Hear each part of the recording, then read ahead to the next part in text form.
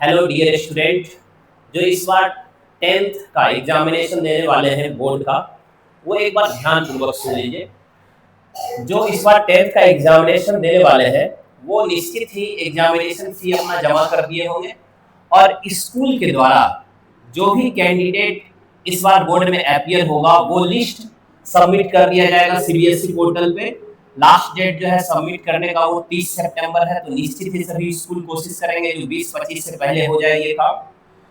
तो जो कैंडिडेट इस बार अपीयर होने वाले हैं वो निश्चित ही अपना name, date of birth, name में स्पेलिंग मिस्टेक ना हो, डेट ऑफ बर्थ ये सब चेक कर ले, क्योंकि ये एरर होने के बाद में आपको परेशानी का सामना करना पड़ सकता है। करेक्ट करवाने के लिए बहुत ही भाग दौड़ करना पड़ जाता है, तो इस चीज का आप लोग ध्यान दें। तो अभी भी मान लीजिए कुछ समय बचा हुआ है, तो कैंडिडेट एक बार फिर से समझ ले जो क्या सब इम्पोर्टेंट है, क्योंकि इस बार कुछ ऐसा स्कीम है जो 2 एग्जाम लिया जाएगा, फेज 1 फेज 2। पहला फेज जो है मेन एग्जामिनेशन है और दूसरा फेज भी है, तो इसको हम लोग बेहतर ढंग से समझते हैं। ये मेन नोटिफिकेशन है, इसी से रिगार्डिंग पहले ही ये दिया जा चुका है 25/6, लेकिन एक बार फिर से हम लोग इसको समझ लेते हैं। पॉइंट जो भी इंपॉर्टेंट है उसको पहले से टिक लगा कर रखे हैं। तो पहला पॉइंट है, it is mandatory for all the students to appear in the first board examination. यानी आपको फर्स्ट बोर्ड एग्जामिनेशन में अपीयर होना है, तभी आप सेकंड के लिए एलिजिबल हो पाएंगे। जो फर्स्ट में अपीयर नहीं हुए हैं वो सेकंड एग्जाम भी नहीं दे सकते हैं। All past and eligible students will be allowed to improve their performance in any of the 3 subjects out of science, mathematics, social science and language paper। यानी जो भी स्टूडेंट पास हो चुके हैं वो अपना इम्प्रूव करना चाहते हैं, परफॉर्मेंस को इम्प्रूव करने के लिए किसी भी 3 सब्जेक्ट में एग्जाम दे सकते हैं, साइंस, मैथमेटिक्स, सोशल साइंस या language paper, Hindi, English, language paper, किसी 3 में, इस 5 में से किसी 3 में आप अपीयर हो सकते हैं।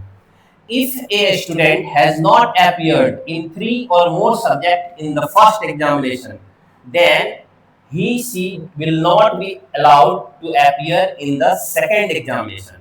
यानी यहाँ पर साफ साफ लिखा है वैसे स्टूडेंट जो 3 या 3 से अधिक सब्जेक्ट में अपीयर नहीं हुए हैं फर्स्ट एग्जाम में, वो सेकंड जो एग्जाम होगा उसके लिए वो एलिजिबल नहीं है, यानी उनको फिर से एग्जाम देना पड़ेगा नेक्स्ट ईयर। इस सेकंड फेज में वो नहीं बैठ सकते हैं। देखिए नेक्स्ट पॉइंट क्या है, तो for students whose result in the first examination is compartment, such students will be allowed to appear in the second examination under compartments category। देखिए इसका मतलब क्या है, वैसे स्टूडेंट जिनका फर्स्ट एग्जामिनेशन में कंपार्टमेंट लग गया है, यानी पासिंग मार्क्स से कम नंबर आया है, वैसे स्टूडेंट सेकंड एग्जामिनेशन में कंपार्टमेंट कैटेगरी में एग्जाम देंगे। यानी 2 तरह का कैटेगरी तो हम लोग साफ साफ समझ गए, एक कंपार्टमेंट कैटेगरी होगा और एक इंप्रूव कैटेगरी होगा। 2 तरह से यहाँ पे सबमिट किया जाएगा। नेक्स्ट देखें क्या इंपॉर्टेंट पॉइंट्स जो पॉइंट आउट किए हुए हैं पहले से।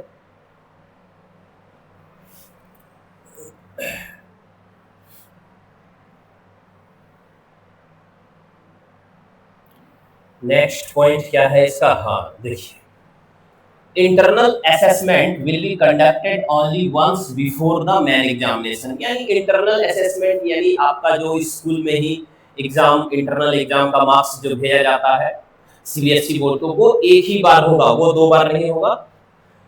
मेन और first examination will begin from mid February as conducted now.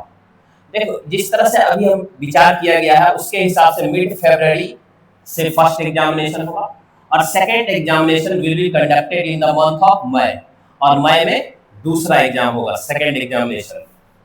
अब नेक्स्ट देखते हैं क्या सब इंपॉर्टेंट पॉइंट है। तो देखिए, the eligibility to appear in the second examination, यानी सेकंड एग्जामिनेशन में कौन सब अपीयर हो सकते हैं उसको भी एक बेहतर ढंग से समझ लेते हैं। Improvement category up to 3 main subject, यानी वैसे स्टूडेंट पास तो हो गए हैं लेकिन अपना नंबर इंप्रूव करने के लिए दूसरा बार एग्जाम देना चाह रहे हैं, वो 3 सब्जेक्ट में एग्जाम दे सकते हैं, अप टू 3, यानी 1 सब्जेक्ट में भी दे सकते हैं, 2 में भी और 3 में, लेकिन 3 से अधिक नहीं दे सकते। कंपार्टमेंट प्लस इंप्रूवमेंट, यानी 2 तरह से होगा, 2 सेक्शन, एक जो पासिंग मार्क्स से कम लाए हैं वो कंपार्टमेंटल एग्जाम देंगे, और वैसे जो पास कर गए लेकिन इंप्रूव करना चाहते हैं, अपना नंबर इंप्रूव करना चाहते हैं, वो 2 कैटेगरी होगा। नेक्स्ट देखते हैं क्या इंपॉर्टेंट पॉइंट्स है। और सिलेबस एंड स्कीम, सिलेबस क्या रहेगा, तो both the examination will be conducted on the full syllabus meant for the year, यानी पूरा ही सिलेबस कवर किया जाएगा दोनों एग्जाम में, सिलेबस में कहीं कोई कटौती नहीं है। The scheme of study and examination will remain same, जैसा पहला एग्जाम रहेगा सेम उसी तरह से दूसरा एग्जाम भी कंडक्ट किया जाएगा, कोई सिलेबस कम नहीं रहेगा। नेक्स्ट जो इंपॉर्टेंट है, LOC submission for the examination, यानी जो कैंडिडेट का लिस्ट सबमिट किया जाएगा स्कूल के द्वारा उसके रिगार्डिंग कुछ है इंपॉर्टेंट। देखिए, filling of LOC and appearing in the main examination will be compulsory, यानी जो एलओसी में वैसे कैंडिडेट जो जुड़े हैं फर्स्ट एग्जाम के लिए वही सेकंड एग्जाम के लिए भी एलिजिबल हो पाएंगे।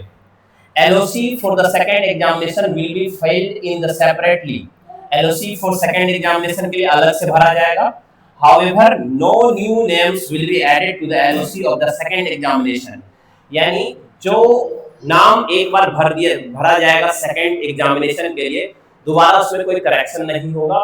तो आप लोग बेहतर होगा फर्स्ट और सेकंड दोनों एग्जाम के लिए अपना नाम भरिए, दोनों में भरिए, क्योंकि बहुत ही इम्पोर्टेंट है। मान लीजिए अगर किसी कारणवश ऐसा ना हो, यदि पासिंग मार्क्स से कम हुआ तो आप कंपार्टमेंटल दे पाएंगे और प्लस इम्प्रूवमेंट भी दे पाएंगे अगर किसी सब्जेक्ट में नंबर कम रहा तो दोनों ही भरिए।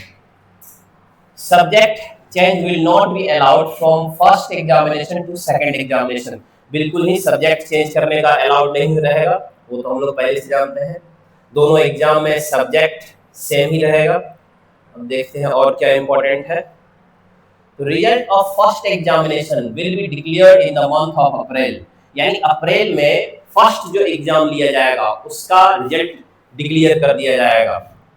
नेक्स्ट देखिए और इंपॉर्टेंट क्या पॉइंट है, result of the second examination will be declared in the month of June, जून में जो है वो सेकंड एग्जामिनेशन का रिजल्ट डिक्लेयर कर दिया जाएगा। Performance of main examination will be made available in DigiLocker, यानी आप लोग डिजी लॉकर से पहले एग्जामिनेशन का परफॉर्मेंस निकाल सकते हैं।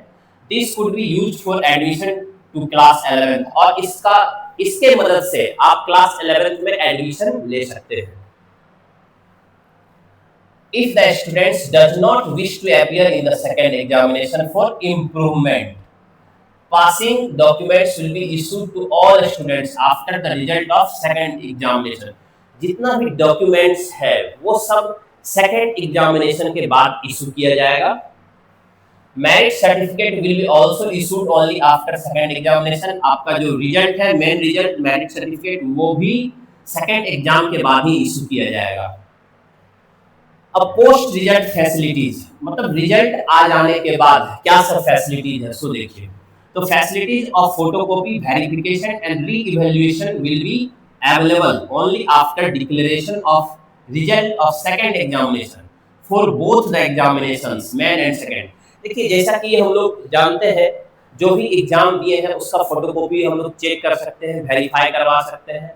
जो स्टूडेंट्स एग्जाम दिए हैं वो अपना पेपर दोबारा से देख सकते हैं, क्या एरर रहा या कोई संतुष्ट नहीं है, वो देखकर अपना इवैल्यूएशन करना चाहेंगे जो क्या गड़बड़ हो गया था। तो ये सब जो प्रोसेस है ये सब दोनों एग्जाम के बाद होगा। चलिए नेक्स्ट मेन पॉइंट क्या है, admission in class 11th।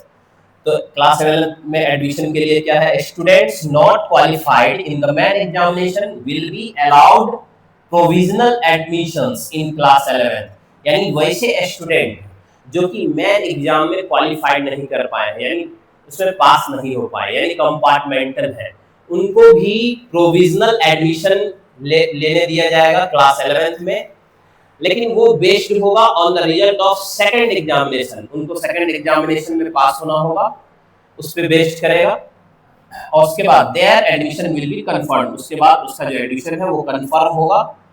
Next देखिए और क्या इंपॉर्टेंट पॉइंट है, तो ये सभी मेन इंपॉर्टेंट पॉइंट है। तो अभी भी बहुत सारे स्कूल होंगे जो सीबीएसई के जो फाइनल सबमिट नहीं किए होंगे एलओसी का, तो वैसे स्टूडेंट जो अपना इसके अकॉर्डिंग कुछ चेंज करवाना चाहते हो वो निश्चित ही जाके मिले।